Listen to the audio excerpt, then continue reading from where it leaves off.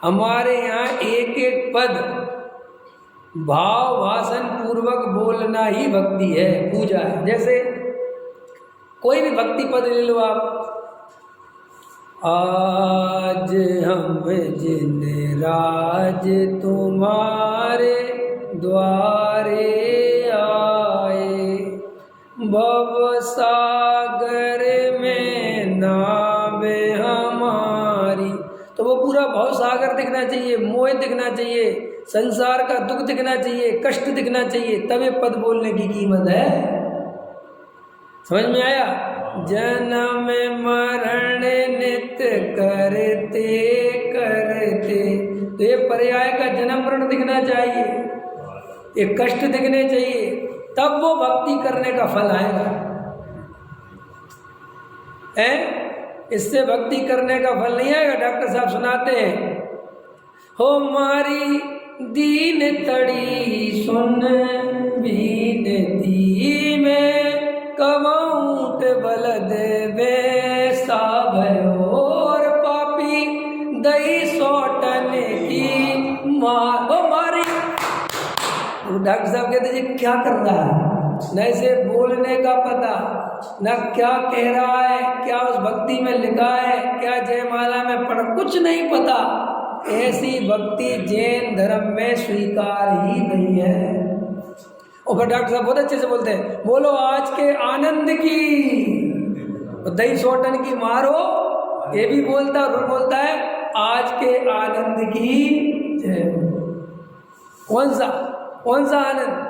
कि पापी दही सोटन की मारो। क्षण भर निज रस को पीछे तन।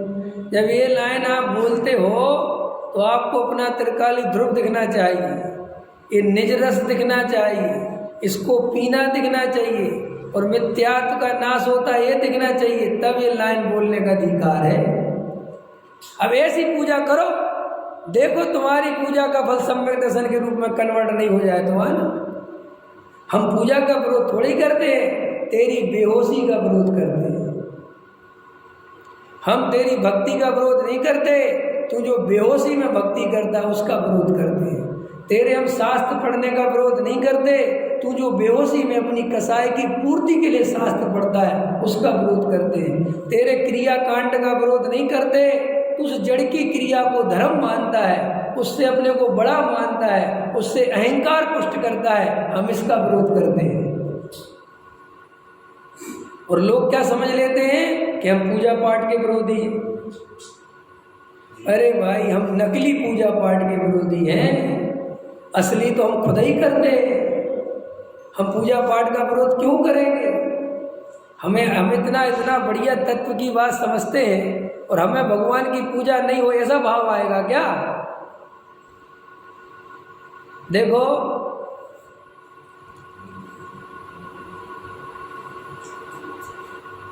जब हम गांव में रहते थे, मैं छोटा था, तो वहाँ पर भी पूजा पाठ प्रक्षाल में जाता था।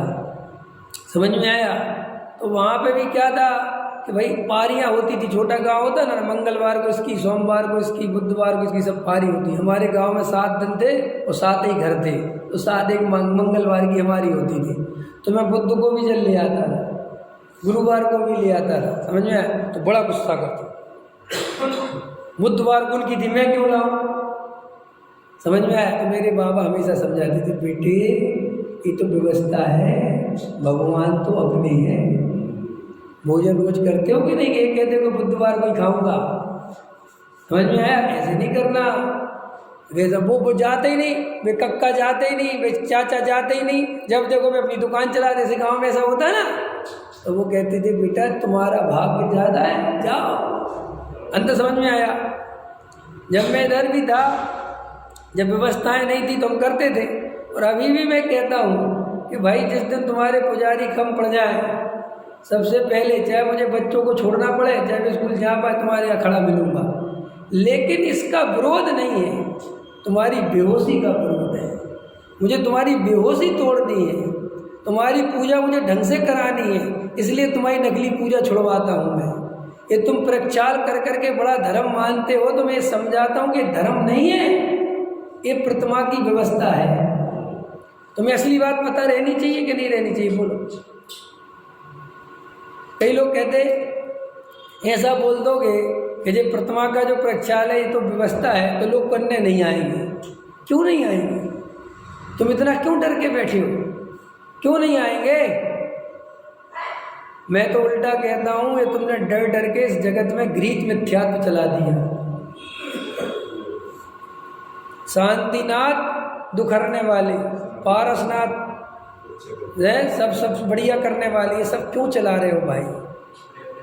क्या जरूरत है तुम्हें सब मिथ्या दर्शन कराने की? शांति धारा कराओ, कष्ट लेंगे, धागा बांधो। क्यों ये जैन धर्म में घृत मिथ्यात्व को बढ़ाते जा रहे हो? कहनी साहब इसलिए बढ़ा रहे हैं, हम जानते तो सब है, कोई कुछ करता धरता नहीं है, लेकिन लोग आते नहीं है। अरे